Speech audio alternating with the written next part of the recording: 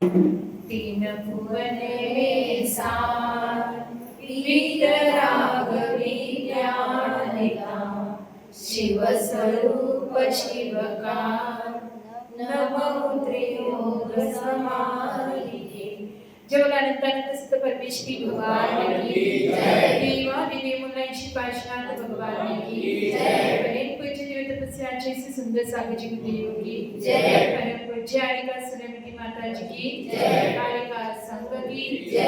जन्मानी माता की जय। श्रीमद जैन धर्म की जय। माता जी की चरणों में वंदना भी दोनों साधु के चरणों में इच्छा भी करते हुए आप सभी को जय जय बोलते हुए उनके शब्दों को आपके समक्ष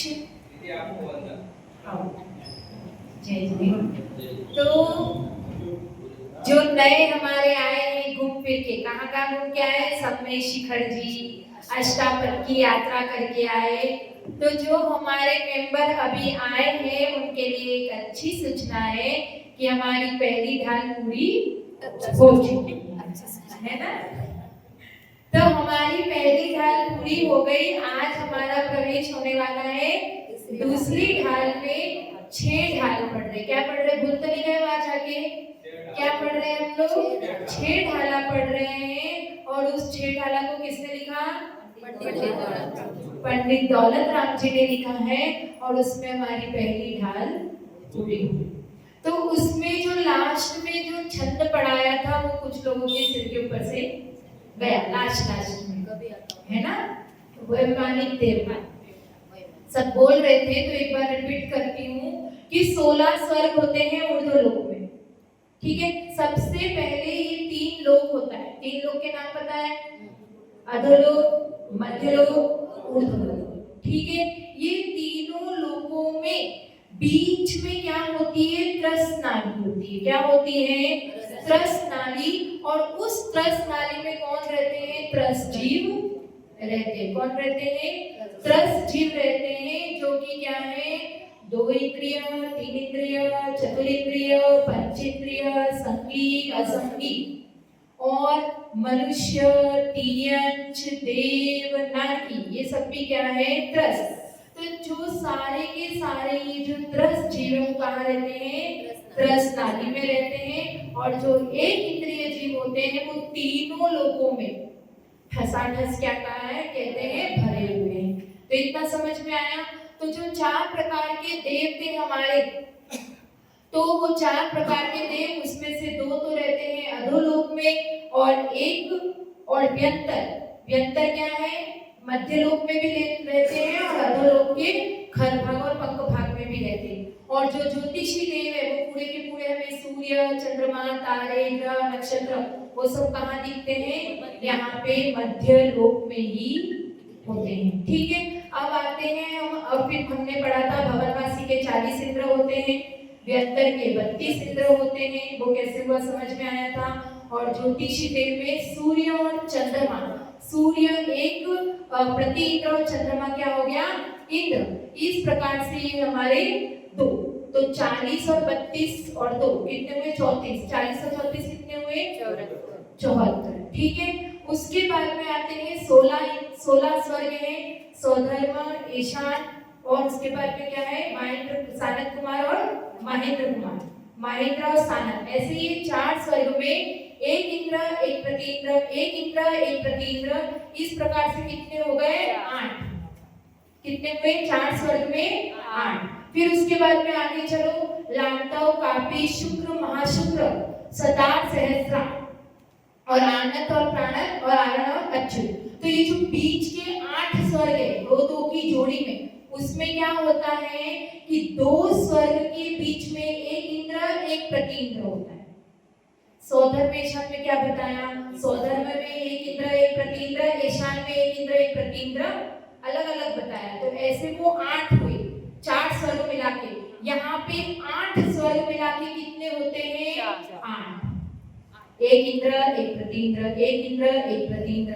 तो 2-2 की जोड़ी में एक इंद्र, एक प्रतीन्द्र, मतलब 4 जोड़े बनेंगे। स्वर्ग होंगे 8, जोड़े बनेंगे 4। समझ में आया। तो ये हुए 8, 8 8 16।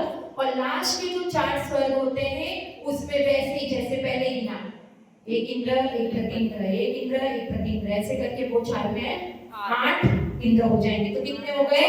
24। समझ में आया? वैमानिक में 24 इंद्र होते हैं। 74 और 24 98। और एक होता है तिर्यंचों का सिंह, वो भी क्या है? इंद्र। और मनुष्यों का कौन होता है? चक्रवर्ती।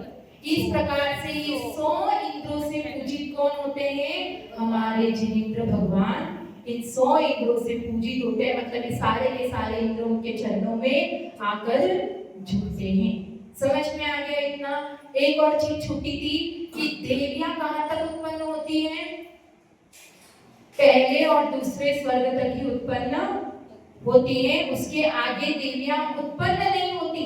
लेकिन जिसको सारे जो 16 स्वर्ग तक के देव हैं वो क्या करते हैं? उनको अभिज्ञान के माध्यम से जानते हैं कि हमारी नियोगिनी देव उत्पन्न हो गई है और उन्हें वहां से ले जाते हैं अपने स्वर्ग में। मतलब तीसरे, चौथे, पांचवें, छठे में देवियां पाई जाती है, लेकिन उनका जन्म कहाँ तक होता है? पहले और दूसरे।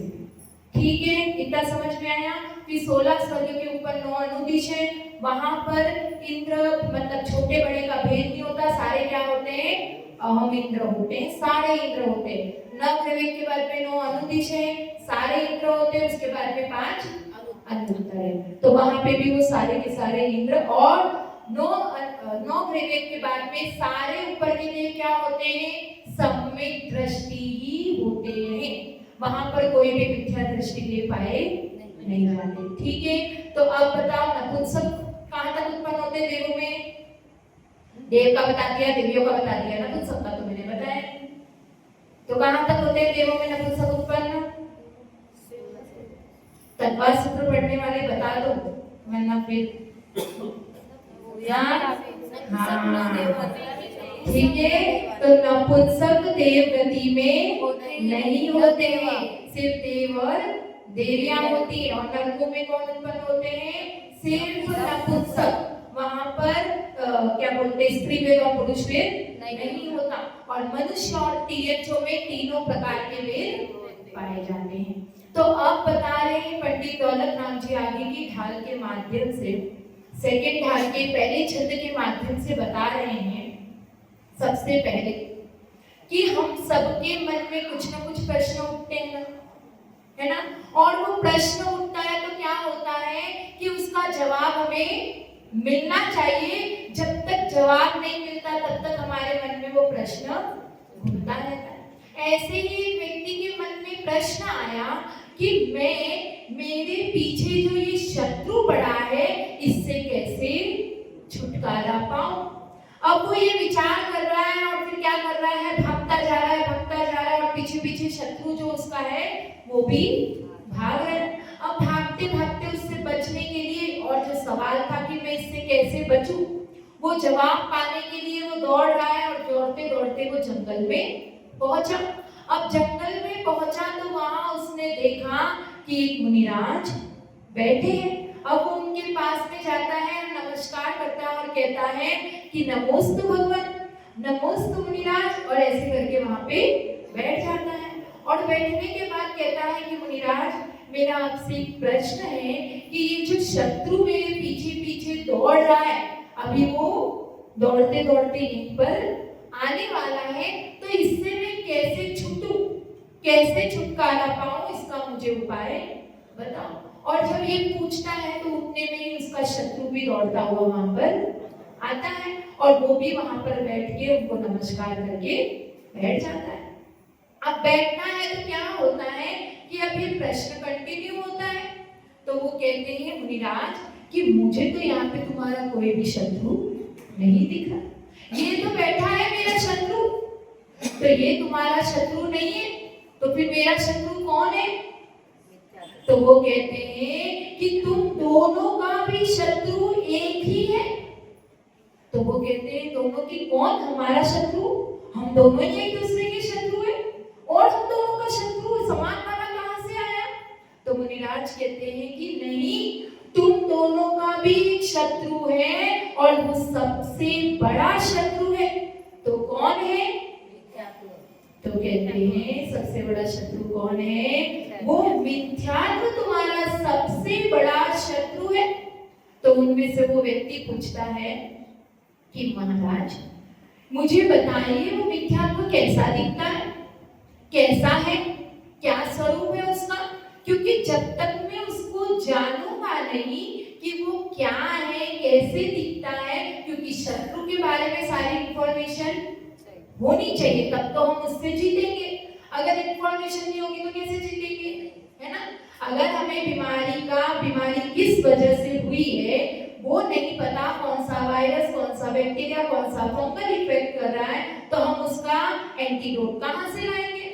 तो इसी प्रकार से जिस प्रकार से राम को भी रावण से जीतना पड़ा, तो रावण का भेद तो जानना पड़ा। विभीषण ने जब रावण का भेद बताया तब जाके वो जीते। तो उसी प्रकार से मुझे भी इसका स्वरूप समझाओ जिससे मैं भी क्या करूं, इस शत्रु से जीत सकूं।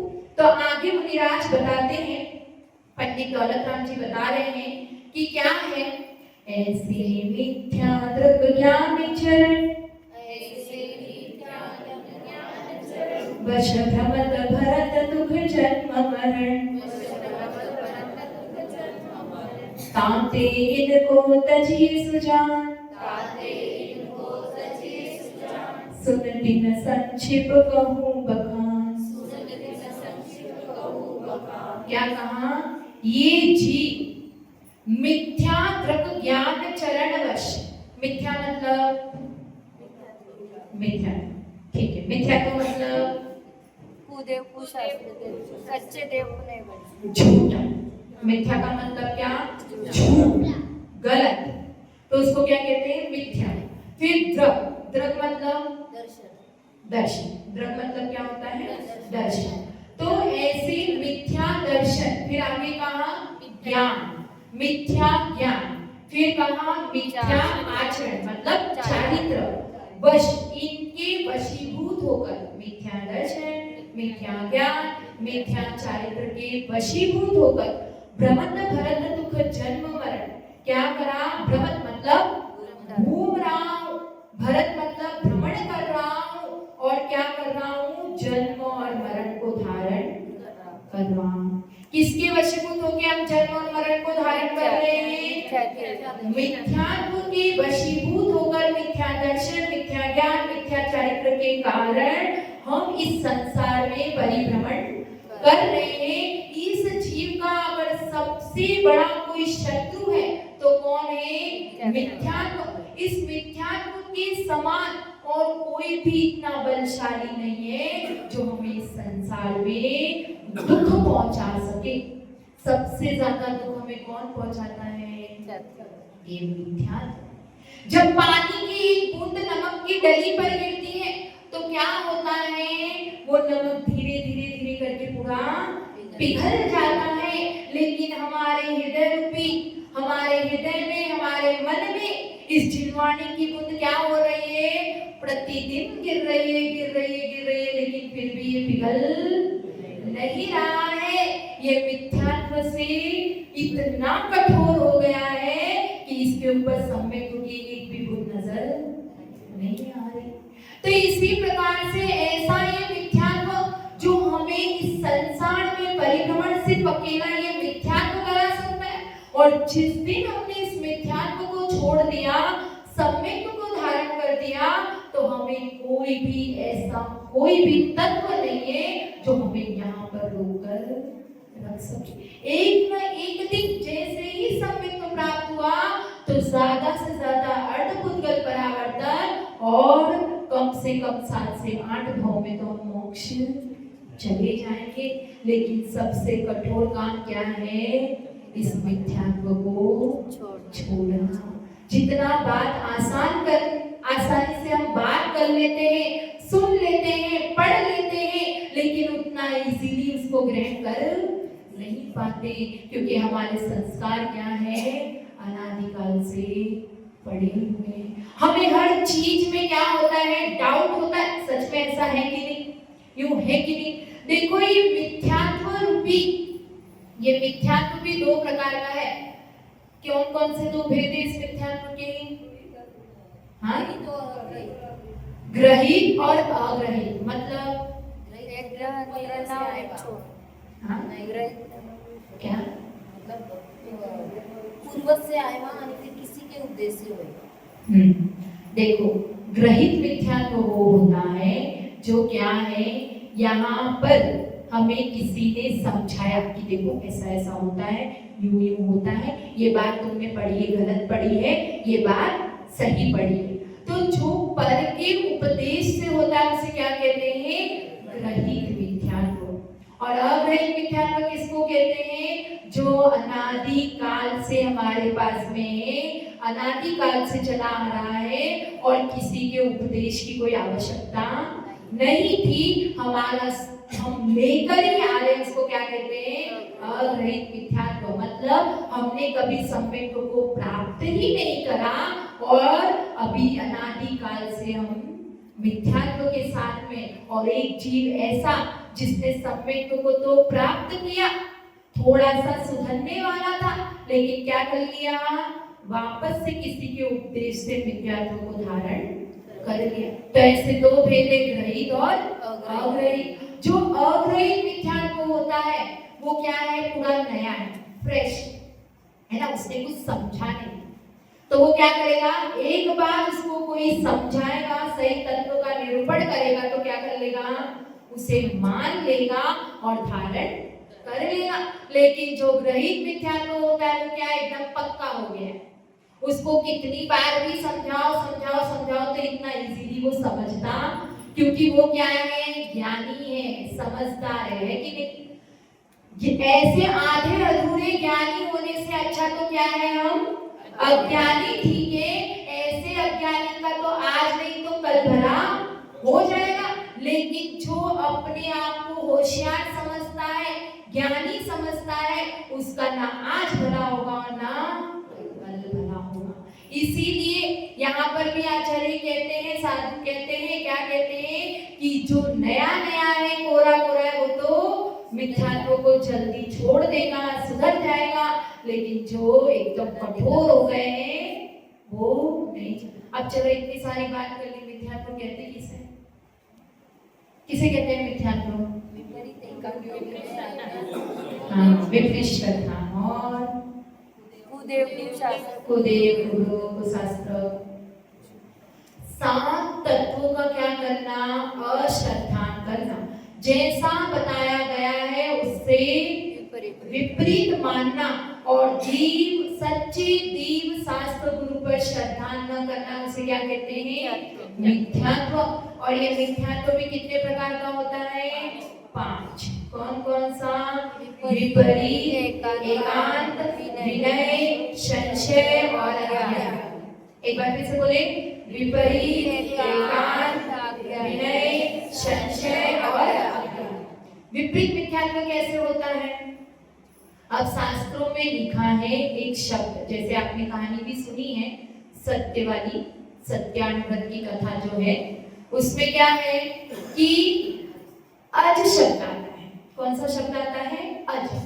अब उस अज का शब्द का अर्थ जो बताया गया था, वो क्या बताया गया था कि 3 साल पुराना जो धान्य होता है उसको क्या करना, हवन में डालना या उसका चढ़ाना। लेकिन जो विपरीत अर्थ निकालने वाला था उसने क्या किया कि बकरे की बलि देना क्या है, धर्म है।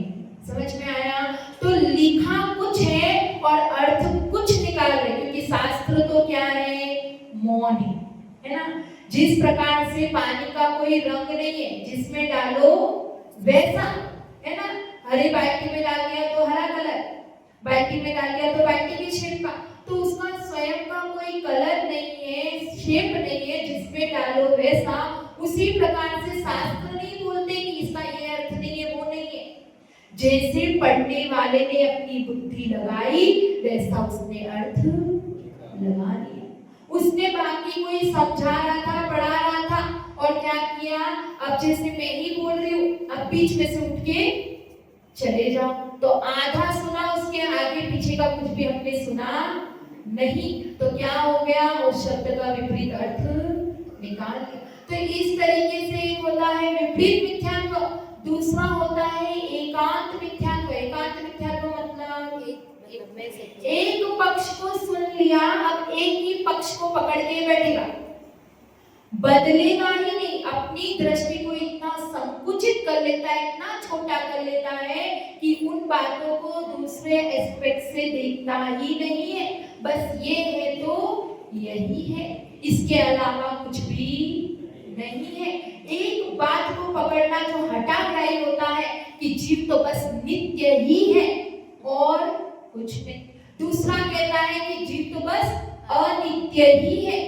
तो एक एक पक्ष को पकड़ के बैठना। जैसे एक दो युवक थे, तो वो क्या कर रहे थे, बैठे थे।